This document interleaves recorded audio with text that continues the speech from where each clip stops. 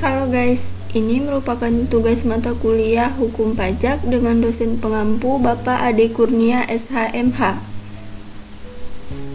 Assalamualaikum warahmatullahi wabarakatuh. Kami dari kelompok 4 akan menjelaskan tentang perluasan objek pajak atau PPN. Silakan disimak teman-teman.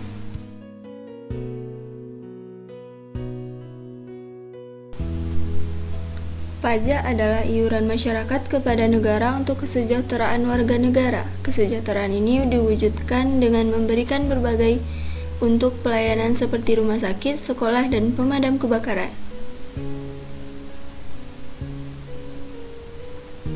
Menurut Bawono Kristiaji mengatakan bahwa perluasan objek pajak sebagai salah satu upaya perluasan basis pajak merupakan hal yang dewasa ini makin relevan. Apalagi saat ini upaya untuk mendorong daya saing melalui konsumen fiskal makin gencar dilakukan terutama dengan berbagai insentif pajak dan rencana pemotongan tarif PPh, badan yang dapat mengurangi potensi penerimaan pajak.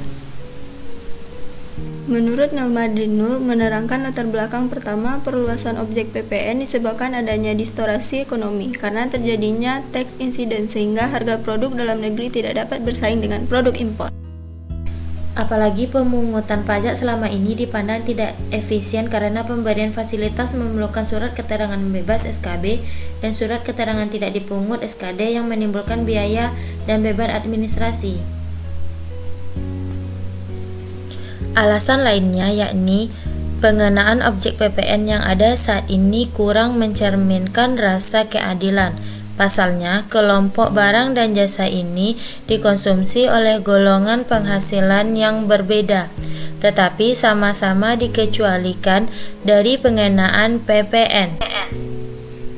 Neil mencontohkan ada rentan harga dan juga kelompok yang mengkonsumsi sehingga secara ekonomi menimbulkan distorsi barang seperti jenis beras, daging, atau jenis jasa pendidikan. Sebagai contoh konsumsi daging wagyu di pasar modern dengan daging-daging pasar tradisional, ini sama-sama tidak dikenai PPN. Demikian juga yang terkait dengan pendidikan. Tentu pendidikan ini bukan seperti yang disampaikan selama ini beredar. Neil juga mengatakan bahwa efisiensi PPN di Indonesia baru 0,6% atau 60% dari total PPN yang seharusnya bisa dipungut. Hal ini lebih rendah dibandingkan dengan negara seperti Singapura, Thailand, Vietnam yang telah mencapai 80%. Perluasan objek pajak bertujuan untuk mengatasi ketimpangan, misalnya melalui pajak atas kekayaan, menekankan pada aspek keadilan, misalnya land flow tax, atau mengubah pajak final menjadi cipta gain tax.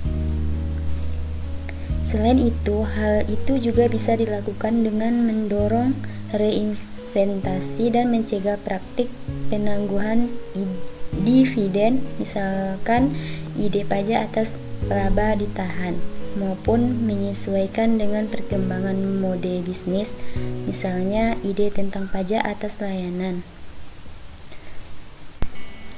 Thanks for watching guys. See you next semester.